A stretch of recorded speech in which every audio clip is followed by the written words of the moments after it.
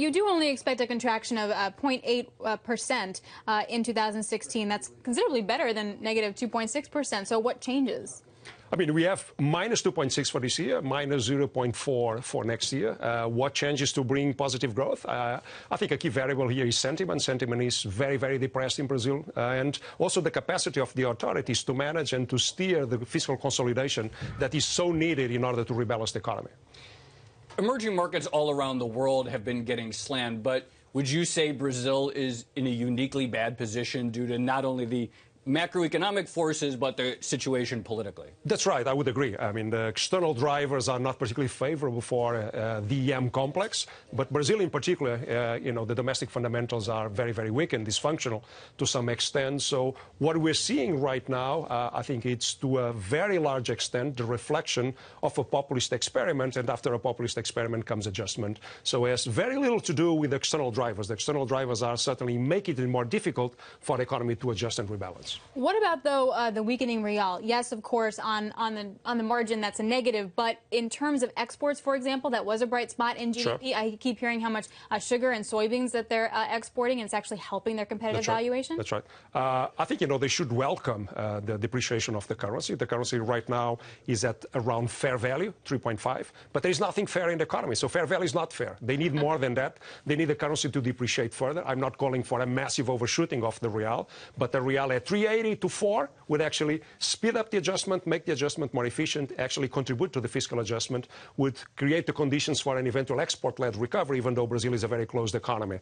So I think, they should not resist further currency appreciation. Of course, it will make the inflation picture a little bit more difficult, but to be honest, inflation is around 9.2, 9.3, 9.6, 9.7. If it is, a reflection of a weaker real, it's not a big deal. If the currency needs to move, this is the right time to move. In addition to a weaker real helping exports, what else would help Brazil right now? Validating and embracing the adjustment. Unfortunately, there are no two ways about it. They have to adjust, and adjustment means economic pain. Adjustment means a recession. Adjustment means higher unemployment.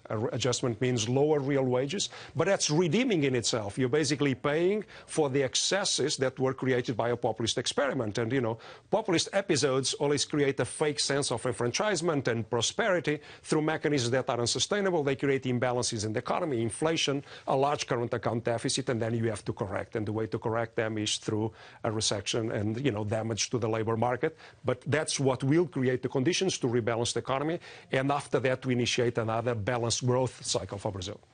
How much is Brazil exposed to China, and how much if China continues to have a hard landing, how much does that hurt Brazil?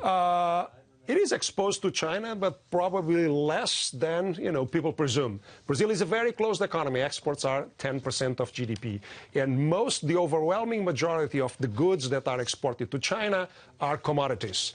Commodities are called commodities because they are an homogeneous good. You can sell everything you produce at the global clearing price. So the Brazilians couldn't care less where their soybeans go to Shanghai or to Rotterdam or to Baltimore. It doesn't really matter. They can sell everything that they produce. Of course, China has an influence in the marginal pricing of commodities, and the significant deceleration on China, in as much as it affects commodity prices, will impact the performance of Brazil. But I think the impact is indirect. You mentioned sort of what the government needs to do to help the economy, but in the midst of the scandal with Petrobras and Dilma Rousseff having a really hard time regaining power and getting anything really done, is it all realistic? How does that play out? I mean, that the governability conditions are weak, so the capacity of the administration to implement and further the adjustment policies is limited. Makes it more difficult, and is also a source of uncertainty, keeps confidence depressed, and if the animal spirits remain contained, the recovery will take longer. It means that the adjustment will bite deeper and will take longer to materialize. How are things going in terms of the Olympics planning? I mean, there's been a lot of talk about all the spending and the pollution in the water. What's your take on how that's going? We'll be fine. There will be Olympics. People will have fun. They'll enjoy the games like they did in the World Cup. As these things go, there's always a level of anxiety before the event that, some of the facilities are running behind schedule. That's normal. But in the end, there will be Olympics and there will be games and people will have fun.